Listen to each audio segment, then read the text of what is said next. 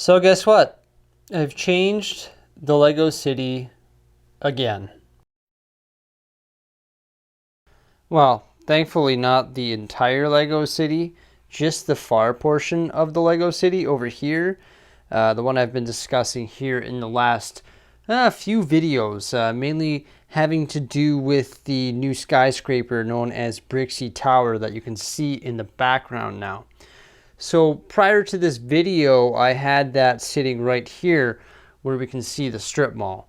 And a lot of your guys' feedback sort of made me change my mind a little bit on the positioning of this building. It was right in the foreground of the building, well, mainly just because I was working on it. And you know, things are always moving around and my ideas are always constantly changing because there's so much feedback from my audience, and I take it all into consideration. So what I've decided to do is take the new tower known as, or the new skyscraper known as quick-e-mart Tower, and move it to the back. And I've placed it right beside the Avengers Tower. So sort of the tall buildings go towards the back of the city or in the background. And then also beside that, you can also see the Ghostbusters HQ, which is a larger structure as well. So I've placed those three tall structures in the background of the Lego City. And then in the foreground here, I decided to reinsert the little strip mall that has the 4 different merchants right there. And then I actually placed the quick-e-mart in behind that. There you go. From this angle, you can see the quick-e-mart that's just placed on some sand base plates in behind the strip mall. And then also I moved the mini modular buildings, which are right here, right in behind the strip mall and in behind the quick-e-mart. I think that's actually a pretty nice flow. So, you know, you got the strip mall merchants in the front, and then you got the mini modulars in behind that. And just around the corner there, you have the quick-e-mart. So the interesting thing about this block of buildings here is it's 9 base plates. So it's 3 32 by 32 base plates by 3 32 by 32 base plates for a total of 9. Now 9 base plates, or this size of a plot, converts down to 4 48 by 48 gray base plates. So what I'm planning on doing here, if I even decide to stick with this layout, is converting this plot of 9 base plates to 4 48 by 48 base plates. Now that's going to be a lot of work because I have to move, like these buildings are all actually stuck on base plates already, so I'd have to remove them from their existing base plates, put them onto 48 by 48 base plates, and then place them back into this area.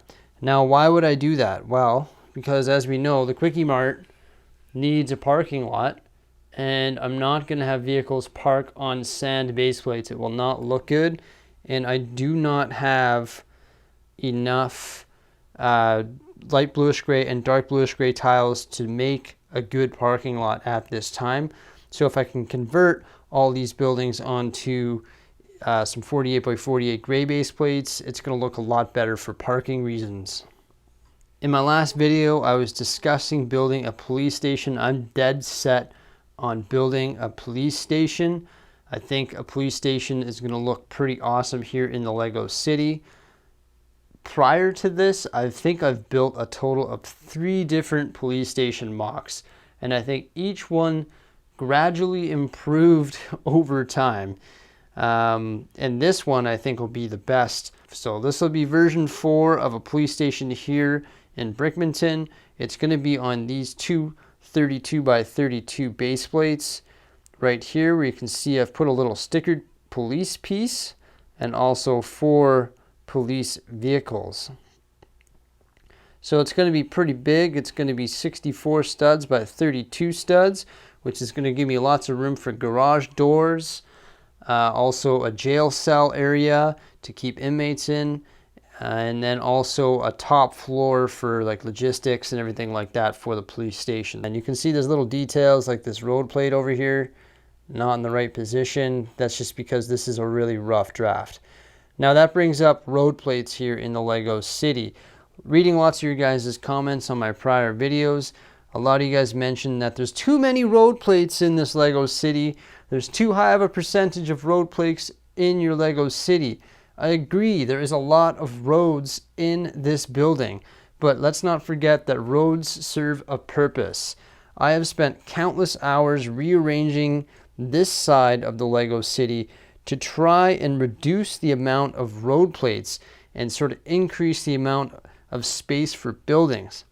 But all of these buildings like the quick-e-mart, the skyscraper, the Avengers Tower, the Ghostbusters HQ, the strip mall, the mini modulars, what do they all have in common?